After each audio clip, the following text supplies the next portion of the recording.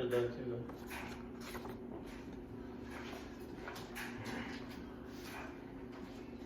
Good afternoon, everyone, and thank you for sitting in on my speech today. Today, I would like to talk to you about tests and exams and how they're not exactly testing your knowledge. It's more of memorizing, and that's not what a test should be. That's not how you should grade someone's knowledge on things. When's the last time you took an exam? Probably high school, right? What did you do for that exam? How did you study for it? I did. You probably read over your notes and you probably looked over the textbook and everything. Well, that's memorizing for an exam.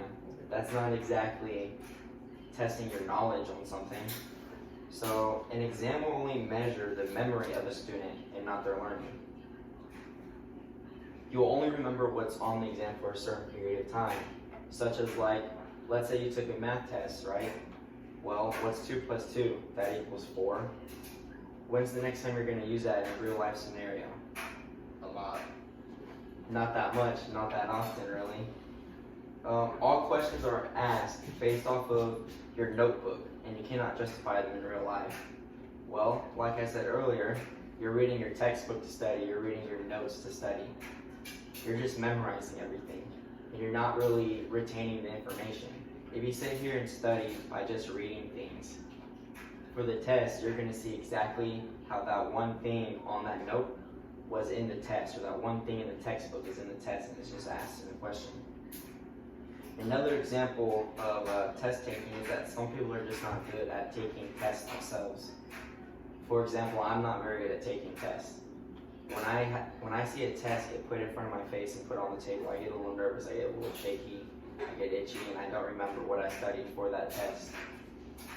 So when I see that first question, that really defines how I'm going to do for the rest of the test. And hopefully it turns out good for me. And I ended up well with the test, but it's still just one of those things. My little brother, for example, I interviewed him to help with this conversation with you guys that I would like to have. He's generally one of the most smartest people that I know. You could ask him any question and he'll either know the answer to the question or know a reliable source for where you can actually find that answer to the question, and he'll find it pretty fast himself.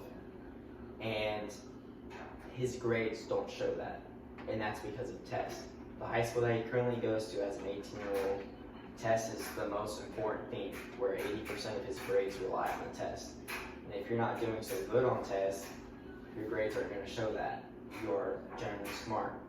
So he said when a test is first put in front of his face, he gets nervous, such as I do. But as soon as he sees that first question and that he can't answer a question at all, the entire test is ruined for him. And to anybody who is also like my little brother, that's not very fair to them, including for a percentage like that.